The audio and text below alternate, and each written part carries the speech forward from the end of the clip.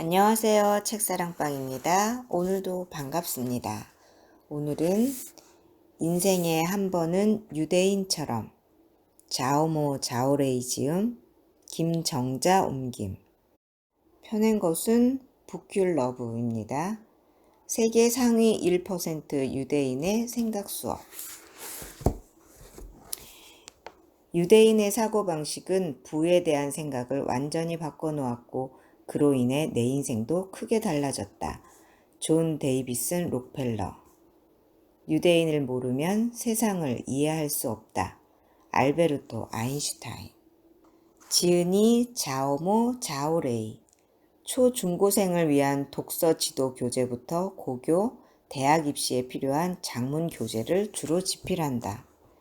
자오모는 상취 어문교육 창시자이자 묵갱 문화공작실의 편집장, 광시 사범학원에서 한어 언문학 박사, 보하이 대학에서 중국 고대사 석사를 취득했다. 진저우시 작가협회 회원, 진저우시 문예평론가협회 회원이다. 자오레이는 자기계발과 사회과학 분야 도서를 전문으로 꾸준히 집필하고 있다. 말 잘하는 여자는 운이 좋다. 햇번과 같은 여자가 되라. 인터넷 쇼핑몰의 영업 전략 등을 편집했다. 현실주의자의 행복에 대하여. 내일의 일을 걱정하지 말라. 내일 무슨 일이 일어날지는 아무도 모른다. 탈무드. 역사적인 아픔과 사명을 짊어진 유대인의 발걸음은 천근같이 무거웠다. 그들은 굳건한 신앙을 유지하며 선조들이 만든 번거로운 규율을 대대로 지켜왔다. 이런 상황에서 유대인은 어떤 인생 철학을 갖게 됐을까? 오스트리아 전쟁이 끝난 뒤 황제는 전쟁에서 활약한 용감한 병사들에게 포상을 하고 싶었다. 위대한 영웅이 돼준 병사에게 소원을 하나씩 들어주겠다. 폴란드 병사가 외쳤다. 폴란드를 저희에게 돌려주십시오. 좋다. 폴란드는 이제 그대들의 것이다. 한 병사가 가련한 표정으로 말했다. 저는 원래 농부였습니다. 제가 농사지을 땅을 하사해 주십시오. 곧 그대의 농지를 갖게 될 것이다. 독일 병사가 소원을 말했다. 저는 양조장을 갖고 싶습니다. 저자에게 양조장을 하사하라. 다음으로 유대인 병사의 차례가 됐다. 황제는 얼굴에 미소를 띠고 젊은 병사에게 물었다. 그대의 소원은 무엇인가?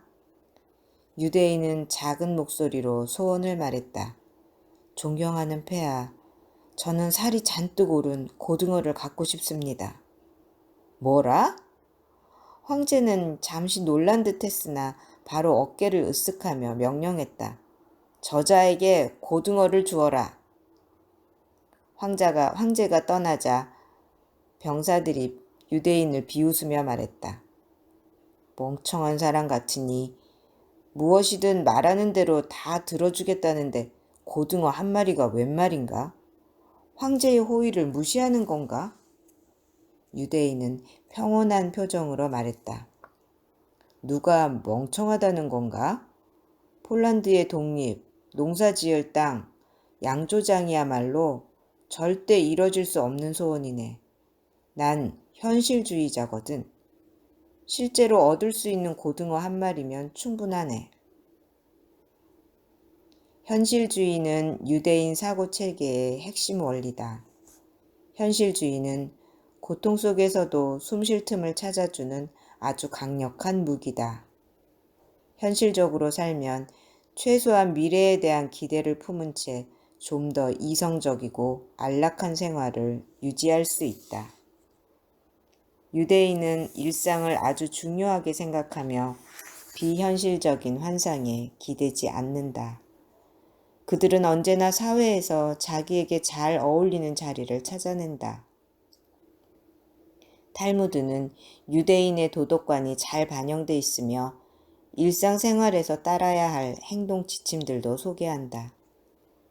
내일의 일을 걱정하지 말라. 내일 무슨 일이 일어날지는 아무도 모른다. 현실주의는 불필요한 걱정은 하지 말고 눈앞의 이익에 급급해하거나 장기적인 관점으로 바라볼 필요도 없다는 생각을 말한다. 즉, 멀리 내다보는 것보다 고개를 숙여 발밑을 살피고 성실하게 앞으로 나아가는 것이 낫다. 오래전부터 전해 내려온 유대인 속담이 하나 있다.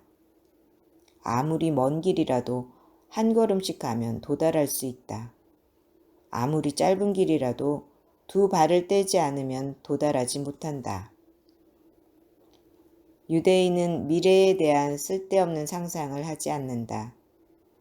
그들에게 인생은 사막을 횡단하는 것과 비슷하다. 목표를 향해 한 걸음씩 착실히 나아가는 자만이 예측할 수 없는 고난을 용감하게 극복하고 최종 목적지에 이를 수 있다. 나탈리 포트만은 1981년 이스라엘 예루살렘에서 태어났다. 그녀의 아버지는 이스라엘 의사였고 어머니는 예술가였다. 포트만은 3살 때 가족과 함께 미국으로 이민을 갔다. 어머니의 예술적인 기질을 물려받은 포트만은 어릴 때부터 연기에 뛰어난 재능을 보였다. 1994년 13살의 포트만은 영화 레옹의 여주인공을 선발하는 오디션에 참가했다. 오디션이 시작되자 감독은 포트만이 너무 어리다는 이유로 그녀의 오디션을 거부했다. 하지만 그녀는 포기하지 않고 감독 앞에서 수차례 연기를 선보였다. 결국 포트만의 집요한 열정에 매료당한 감독은 그녀를 당당히 여주인공으로 발탁했다. 이 영화에서 좋은 연기로 인정받은 포트만은 순조롭게 영화계에 진출할 수 있었다. 눈에 띄는 성취를 거둔 상황에서도 포트만은 여전히 현실주의 사고방식에 영향을 받았다. 그녀는 아름다운 외모를 가진 꽃병 같은 배우가 아니라 진정한 연기자로 성장하고 싶었다. 포트만은 유명세와 돈이 주는 화려함에 안주하지 않고 자신의 잠재력을 끌어내 최고의 연기를 보여주는 것을 인생 목표로 삼았다. 그녀는 하버드 대학교에 입학해 심리학 학사를 취득했다. 유대인 문화의 핵심은 낙관적이고 강인하게, 적극적이고 진취적으로 라는 말로 요약할 수 있다. 유대인은 독실한 신앙을 가졌음에도 내세에 대한 기대 때문에 현실을 부정하지는 않는다. 현실이 아무리 불공평하고 불합리해도 꿋꿋하게 하루하루를 살아간다. 선량함은 유대 문화에서 아주 중요한 덕목이다. 세계적으로 유명한 유대계 작가 프란츠 카프카는 체코 프라하의 사업가 가정에서 태어났다. 어릴 때부터 예민하고 유약했던 카프카는 성격이 내성적이었다. 카프카의 부모는 아들을 실패자로 생각했다. 아버지는 카프카를 엄하게 질책했고 카프카는 언제나 깊은 자괴감에 빠져 지냈다. 대학을 졸업하고 2년이 지나도록 카프카는 적당한 일자리를 구하지 못했다. 게다가 결혼에 대한 공포 때문에 결혼 약속을 깨기도 했다. 그는 잇따라 찾아온 불행을 피해 숨고 싶다는 생각이 간절했다. 조부의 농장으로 내려간 카프카는 여생을 농사를 지으며 살겠다고 결심했다. 카프카의 조부는 손자의 이야기를 듣자마자 그를 데리고 사과 농장으로 향했다. 사과 농장을 거닐던 조부가 사과나무 앞에 서서 말했다. 이 나무는 6년 전에 심었는데 얼마 전에 줄기가 부러지더니 가지들도 힘을 잃고 말았구나. 카프카가 물었다. 무슨 일이 있었나요? 조부가 대답했다. 내가 마음이 약해서 나무가 다치지 않고 무럭무럭 자라기만을 원했지. 그런데 얼마 전에 몰려온 태풍을 견디지 못하고 부러지고 말았단다. 조부는 카프카를 또 다른 사과나무 앞으로 데리고 갔다. 이 나무는 심은 지 1년쯤 되었을 때 줄기를 자른 뒤 계속 가지치기와 휘무지를 해줬지. 그랬더니 3년 뒤에 맛있는 열매가 맺었어. 그런데 작년에 가지치기를 많이 했는지 싹도 안 트고 순식간에 말라 죽었어. 조부는 카프카를 세 번째 사과나무 앞으로 데리고 갔다. 이 나무는 두 번째 나무와 비슷한 과정을 거쳤는데 끝까지 살아남았어.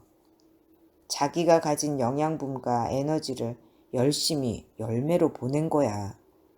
이제는 가지도 무성하고 줄기도 튼튼해져서 열매가 주렁주렁 달려.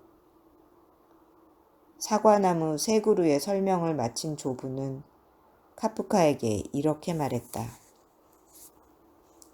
인생을 살다 보면 수많은 좌절과 아픔을 겪을 거야. 하지만 그럼에도 내 마음 깊은 곳에 자리한 아름다운 것들을 계속 끄집어낼 수 있어야 해. 남 탓을 하거나 자책만 하고 있어서는 안 돼. 세 번째 사과나무처럼 자신의 모든 힘을 모아 꽃을 피우고 열매를 맺어야지.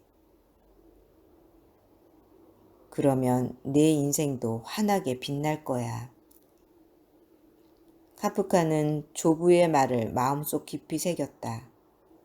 그는 평생 좌절과 아픔을 겪으며 작품 속의 내면의 절망과 고독을 풀어냈다. 그럼에도 카프카는 선량한 평화주의자로 살았다. 인생의 주인은 그 누구도 아닌 바로 자신이다.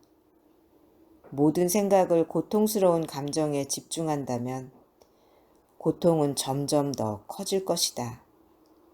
아름다움, 활력, 재물, 영예, 지혜, 만족 등의 행복한 감정은 현실에 발을 딛고 성실하게 살아가는 자들의 것이다. 현실에 발을 딛고 성실하게 살아가는 사람들의 것이다. 상위 1%의 생각 노트. 온 힘을 다해 행복을 추구하라 라는 말에는 유대인의 지혜가 함축돼 있다. 빠르게 변하는 세상에 모든 감각을 집중하며 살아가는 것은 어려운 일이 아니다. 하지만 세상 만물이 발전하는 데는 저마다의 규칙이 있다.